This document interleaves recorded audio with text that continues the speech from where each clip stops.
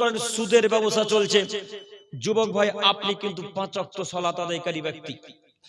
আপনি পরহেজগার, আপনার তাজা ঈমান, আপনার ঈমান একবারে টকবক টকবক করে ফুটছে, আপনার আব্বুর ঈমান কমে গেছে, আপনি আপনার আব্বুকে বলেন আব্বু সুদ নেওয়া হারাম, সুদ খেলে মায়ের সাথে জিনা করার মতো পাপ হয় আব্বু, অতএব আপনি সুদের মতো জঘন্য পাপে লিপ্ত হবেন না। তখন আর আপনার আব্বু জোর করে আপনাকে ধমক দিয়ে বলবে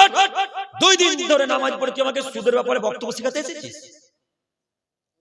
এই বক্তব্য রেখে কথা বলে আপনাকে অপমান করে আপনার বাপ বাড়ি থেকে তাড়িয়ে দিতে পারে। হক কথা বললে জাতি তো মানবে না, আপনার পরিবারের সর্বপ্রথম যারা বিরোধিতা করবে তারা আপনার পরিবারের মধ্য থেকেই করবে।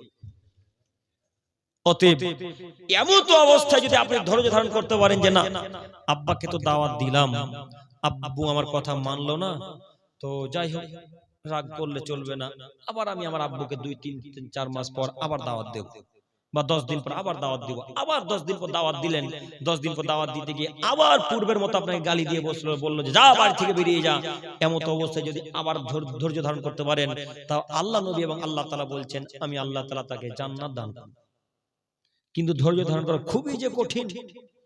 ধৈর্য ধারণ করা খুবই যে কঠিন, যখন নিজের আত্মীয় আপনার বিরোধিতা করবে তখন অন্তর মনে ফেটে এপার ওপার হয়ে যাবে, তাই না?